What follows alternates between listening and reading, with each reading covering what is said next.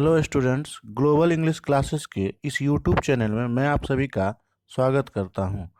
आज हम लोग बिहार बोर्ड के कक्षा 12वीं का जो इंग्लिश बुक है उसका दूसरे चैप्टर का हम लोग दूसरा पार्ट को देखेंगे, जो पैराग्राफ 6 से 9 तक का होगा। तो चलते हैं, शुरू करते हैं। छठा पैराग्राफ है, the family is big and is constantly growing at a rather inconveniently fast pace।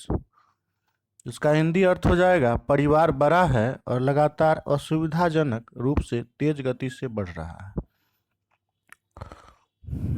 Next line है, we shall each one of us have to participate unsparingly in building its new life each in his own veg.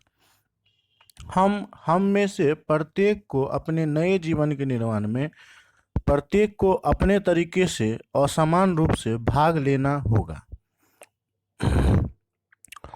Next line है, for sheer size the tasks ahead of us are so demanding that no one can afford to sit back and just watch or let frustration become endemic in our country। उसका हिंदी अर्थ होगा, निराकार काम के लिए हम आगे के कार्य की मांग कर रहे हैं। कोई भी वापस बैठने के लिए बर्दाश्त नहीं कर सकता है या हमारे देश में निराशा पैदा नहीं होने दे सकता है। नेक्स्ट लाइन है, the situation demands of us work and more work, silent and sincere work, solid and study reconstruction of the whole material and cultural life of our people। तो इसका हिंदी अर्थ होगा, परिस्थिति हमें काम और अधिक काम, मुख और ईमानदारी से काम, पूरी सामग्री और हमारे लोगों के सांस्कृतिक जीवन के ठोस और स्थिर पुनर्निर्माण की मांग करती है। नेक्स्ट पैराग्राफ जो 7वां नंबर का होगा, आइए देखते हैं। This work as I see it has two aspects, work on oneself and work for the society around. यह काम जैसा कि मैं देख रहा हूँ, इसके दो पहलू हैं, स्वयं के लिए काम करना और आसपास के समाज के लिए काम करना। They are mutually fruitful aspects of work। वे परस्पर रूप से काम के फलदायक पहलू हैं।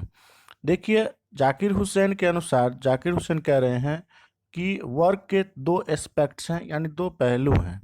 पहला तो वन सेल्फ हुआ, जो खुद के लिए हम काम करते हैं, और दूसरा जो सोसाइटी के लिए हम लोग काम करते हैं। तो दोनों ही काम हमारे लिए फलदायक हैं परस्पर रूप से। नेक्स्ट लाइन पे चलते हैं कि the work on oneself is to follow the urge towards moral development as a free person and under self impose discipline which alone can render that development possible. स्वयं पर काम एक स्वतंत्र व्यक्ति के रूप में नैतिक विकास के प्रति आग्रह का पालन करना है और स्व लगाए गए अनुशासन के तहत है, जो अकेले उस विकास को संभव कर सकता है। Next line, it's and product is a free moral personality. इसका अंतिम परिणाम एक निःशुल्क नैतिक व्यक्तित्व है।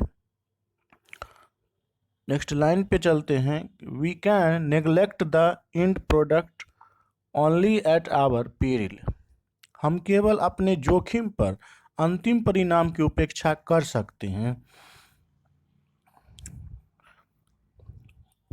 आगे है, this end product cannot sustain itself without seeking and exercising itself to bring about the approximation of the society to which it is privileged to serve to a better, a juster and a graceful way of life। इसका Hindi meaning हो जाएगा, यह अंतिम परिणाम अपने आप तब तक जीवित नहीं रह सकता जब तक समाज को समीप लाने के लिए खुद में खोजने और अभ्यास करने की कोशिश ना की जाए। जो एक अच्छा, एक न्याय संगत, एक जीवन के सुंदर आचरण से गौरवान्वित हो। नेक्स्ट लाइन पे चलते हैं। The individual can not grow in full perfection without A corresponding advance of the collective social existence. सामूहिक सामाजिक अस्तित्व के संगत अग्रिम के बिना व्यक्ति निपुणता में नहीं बढ़ सकता है।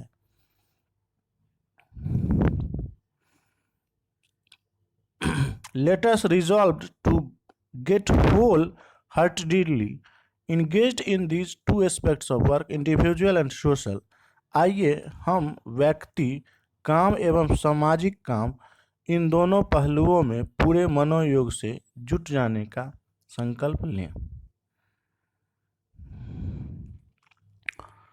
नेक्स्ट लाइन, नेक्स्ट पैराग्राफ हो जाएगा 8वां नंबर का, जो सेकेंड लास्ट होगा। This dual efforts will give to the life of our state and a special flavour. यह दोनों प्रयास हमारे राज्य के प्राणी को एक विशेष रंग देगा। For the state to us will not be just an organisation of power but a moral organisation. हमारे लिए राज्य के केवल सत्ता का संगठन नहीं होगा बल्कि एक नैतिक संगठन होगा।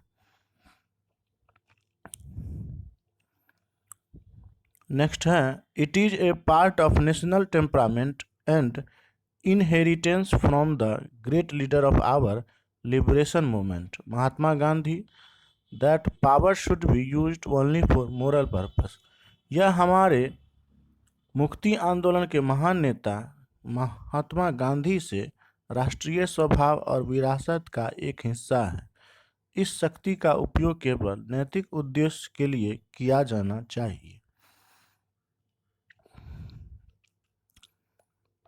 आगे है, the peace of the strong is what we shall dedicate ourselves to work for.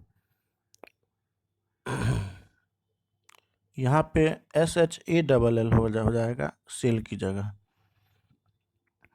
प्रबल सुख वह है जिसमें हम खुद को काम करने के लिए समर्पित करेंगे। लास्ट पैराग्राफ जो 9वां नंबर का होगा। I have full faith in my people that they will bring fourth the energy required for the satisfactory performance of this dual task. मुझे अपने लोगों पर पूरा भरोसा है कि वह इस दोहरे कार्य के संतोषजनक प्रदर्शन के लिए ऊर्जा की आवश्यकता को पूरा करेंगे। It shall be my privilege to contribute my share to this enchanting enterprise. इस मोहक साहसिक कार्य में अपना हिस्सा देना मेरा सौभाग्य होगा। Thanks for watching this video.